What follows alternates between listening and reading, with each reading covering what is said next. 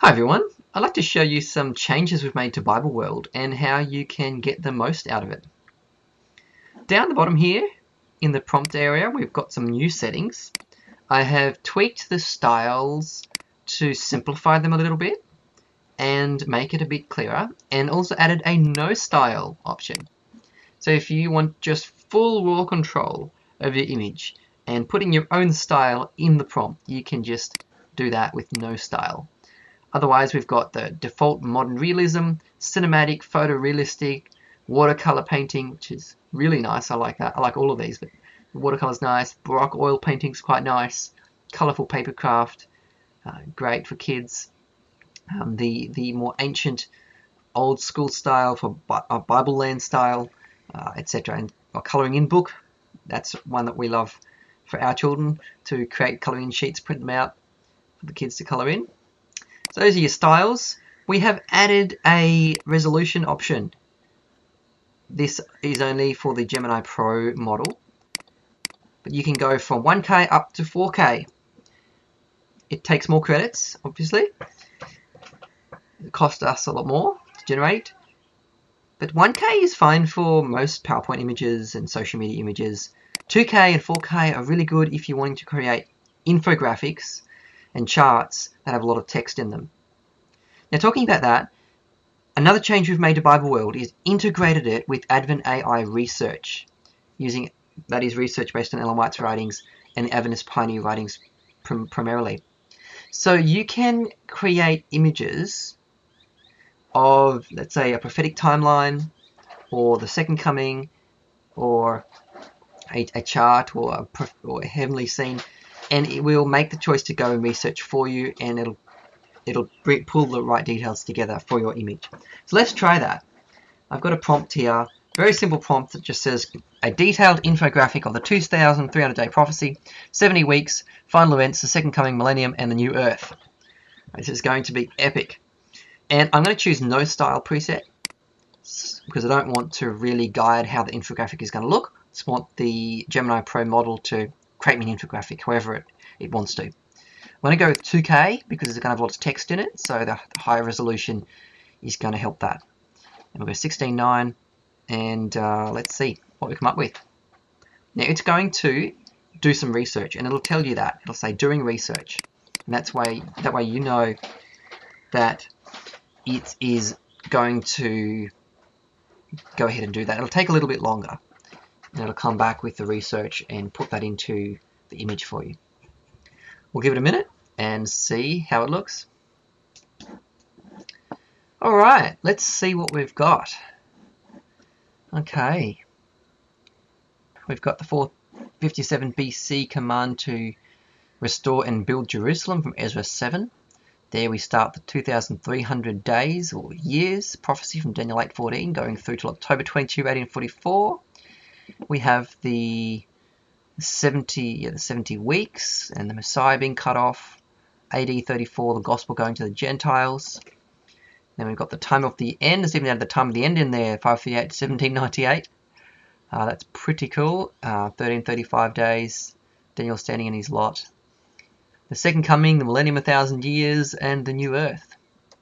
Day of Atonement, and a typical Day of Atonement, investigative judgment. It's all there. Pretty amazing. Pretty amazing. And you could make this a lot more detailed if you wanted to say how you want the chart to look. You can really, Gemini Pro does very well with detailed prompts and simple prompts. Let's try one more here. Let's go very simply. Let's ask for an illustrated timeline of end time events. It's going to go and do that research for us as well. Alright, here we have an illustrated timeline of end time events. Let's see. Okay. It's got a left panel, middle panel, right panel. A pre-advent judgment sealing. Okay. Shaking time in the latter rain, loud cry of the third message.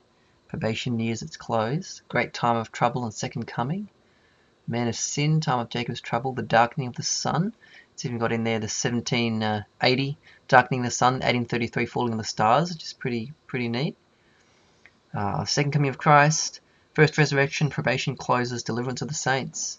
Then we've got the millennium, the Satan bound for 1,000 years, the righteous are in heaven. And then we've got the third advent, a new earth, new Jerusalem, the second death, the second resurrection, and new heavens and a new earth, the eternal kingdom established. I like it. That's really, really good.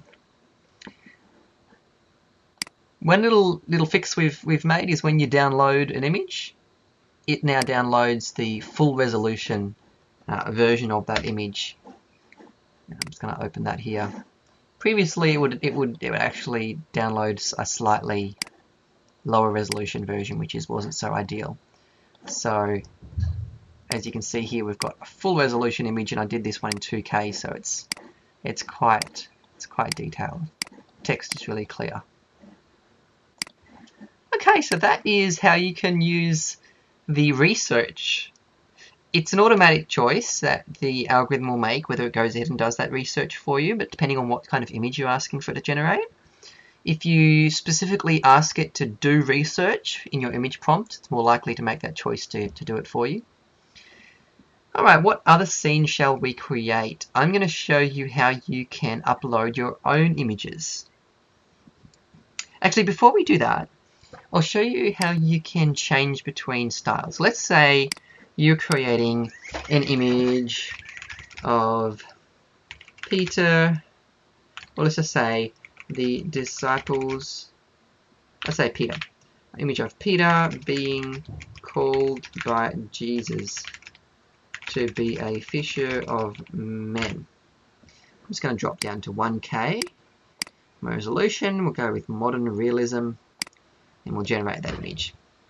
Now, of course, it's going to pull together the relevant models. It's got Andrew in there as well because he was called with Peter. It thinks that is relevant, and it's got Jesus as well. I think it might add a feature in the future so you can manually select your characters rather than it being fully automatic like it is here. There we go. We've got the Peter and Andrew being called by Jesus. That's great. Now, let's say I want to edit this, and I had this as part of my PowerPoint presentation, and I wanted to create a colouring in image for the children at my church to colour in while the sermon's going on. So I'm going to go edit this image, and I've changed the style to a colouring book page, and generate. And it's going to take that image and simply turn it into a colouring in page. The exact same image you can just print out. And there we go. So we've got the same image now as colouring in. Really cool. Okay, I'll show you how you can upload your own images. And this is a really handy new feature as well. So I've got some virtual backgrounds here. Let's say this virtual background, for example. And I'm going to add this. I'm going to drag it over, drop it in as a reference image. Okay, I've got that as my reference image now. Let's say I want to add the Apostle Paul sitting at this desk. Now I don't want to be colouring book page. In fact, I'll probably just go no style for this because it's just an existing image. We want to put the Apostle Paul in there. Let's see how it goes. So this is great for if you've got existing like evangelistic images or images that you want to modify, change your aspect ratio, just tweak in some ways. You can just upload your reference images here. Alright, here we go. So we've got our same image and we've got the Apostle Paul reading a scroll. It has removed the computer, which I suppose is makes sense for the times. Really cool. Let's say we want to edit this image now. I'm just going to remove that original reference image. You can go into edit image mode. You can just drop that down there. And let's say we just change it to watercolor painting instead. Make a nice watercolor style. And there we go. It is being redone in watercolor style. So that gives you a bit of an idea of how to use some of the new features in Bible World. Really cool. I love these charts. I think we're going to be able to create really useful resources with that. And switching between styles, quite handy, and using your own images as reference, as inputs. The resolution change. Let's create one last image here. I'm going to go create a timeline of the 7 churches in their fulfillment, in their prophetic fulfillment. This is interesting. I haven't tried this before, so let's see. Timeline of the 7 churches in their prophetic fulfillment. Now, I am hoping that the research is going to pull together that information for us, and we'll be able to see the 7 churches over history. This is going to be interesting. Alright friends, here we have it. Now I did select the watercolor painting style for this, which I didn't realize I'd selected that. But hey, this is pretty good, pretty neat. Let's see. So we've got first Advent 31 AD. We've got 457 to 27 AD. That's the 70 weeks there. That's pretty cool. Now we've got Ephesus 31 to 100 AD, loss of first love. Smyrna 100 to 312 AD. We've got 10 years tribulation. Pergamos, union with state, Constantine. Compromise. We've got Thyatira, the Dark Ages, papal supremacy, 1260 years. There you go, 538 to 1798, Jezebel apostasy. Waldenses.